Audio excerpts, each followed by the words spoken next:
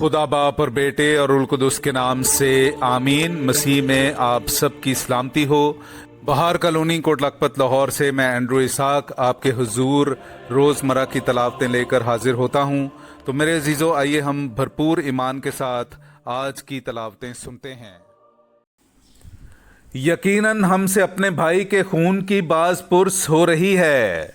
ہمارے لیے آج کی پہلی تلاوت تکوین کی کتاب، اس کا 41واں باب 55ویں سے 57ویں، اور پھر 42ویں باب کی 5ویں سے 7ویں، 17ویں سے 24ویں آیت تک۔ جب ملک مصر کے سارے لوگ بھوکے ہوئے تو وہ روٹی کے لیے فرعون کے آگے چلائے۔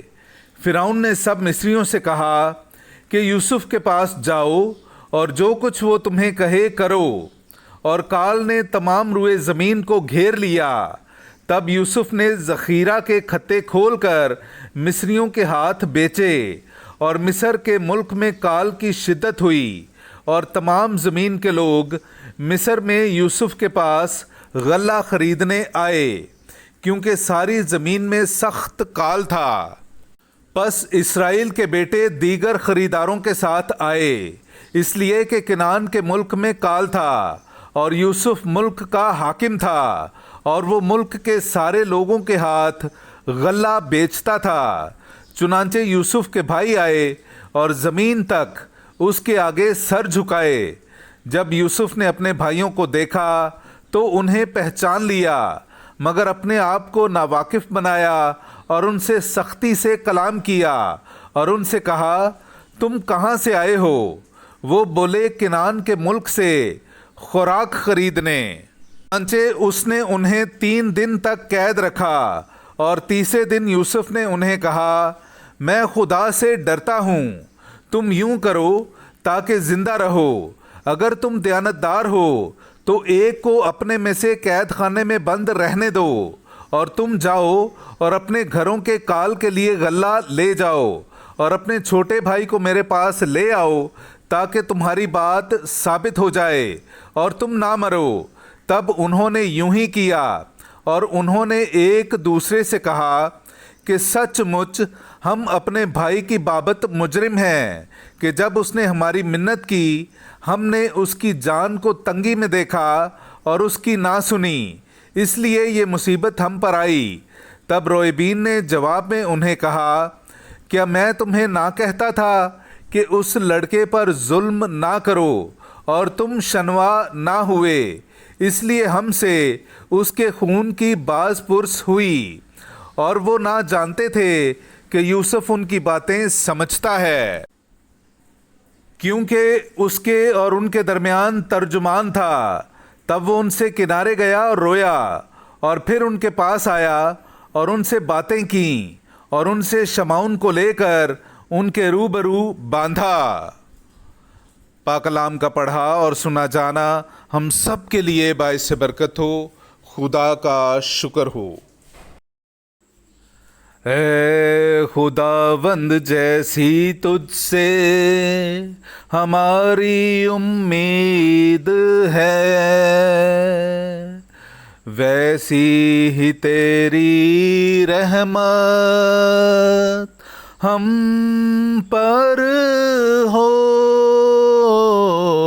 اے خداوند، جیسی تجھ سے ہماری امید ہے،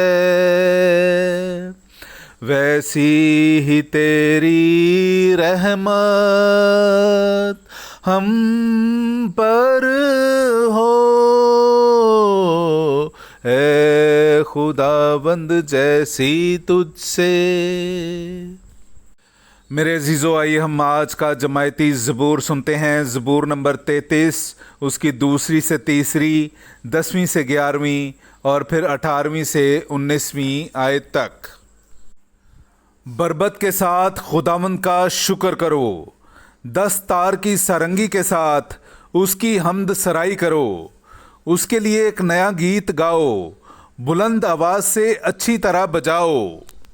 خداوند قوموں کی تجویزوں کو باطل کرتا ہے، وہ امتوں کی تدبیروں کو رد کرتا ہے۔ خداوند کی تجویز ابد تک قائم رہتی ہے، اور اس کے دل کی تدبیر نسل در نسل۔ دیکھو خداوند کی نگاہ ان پر ہے جو اس سے ڈرتے ہیں، ان پر جن کی امید اس کی شفقت پر ہے، تاکہ ان کی جانوں کو موت سے چھڑائے اور قحط میں انہیں صحیح و سالم رکھے۔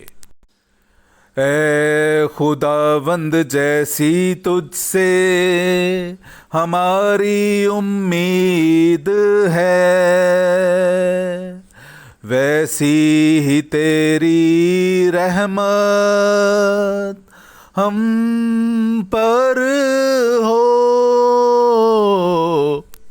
اے خداوند جیسی تجھ سے ہماری امید ہے، ویسی ہی تیری رحمت ہم پر ہو۔ اے خداوند جیسی تجھ سے۔ نعرہ حمد۔ توبہ کرو کیونکہ آسمان کی بادشاہی نزدیک آ گئی ہے۔ ہاللویا۔ میرے عزیزو، آئیے ہم آج کا انجیلی اقتباس سنتے ہیں۔ انجیل مقدس بامطابق مقدس متی، اس کا 10واں باب، پہلی آیت سے لے کر 7ویں آیت تک۔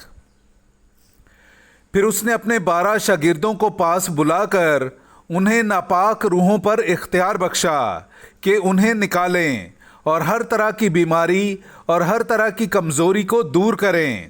اور 12 رسولوں کے نام یہ ہیں: پہلا شمعون جو پطرس کہلاتا ہے اور اس کا بھائی اندریاس، یعقوب بن زبدی اور اس کا بھائی یوحنا، فیلبوس اور برتلمائی، توما اور متی محسل، یعقوب بن حلفائی اور تدائی، شمعون کانوی اور یہودا اسخریوتی جس نے اسے پکڑوا بھی دیا۔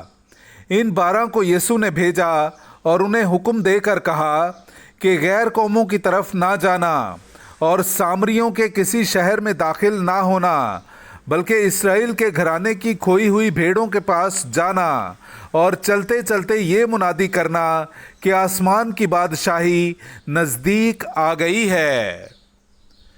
پاک کلام کا پڑھا اور سنا جانا ہم سب کے لیے باعث برکت ہو۔ خدا کا شکر ہو۔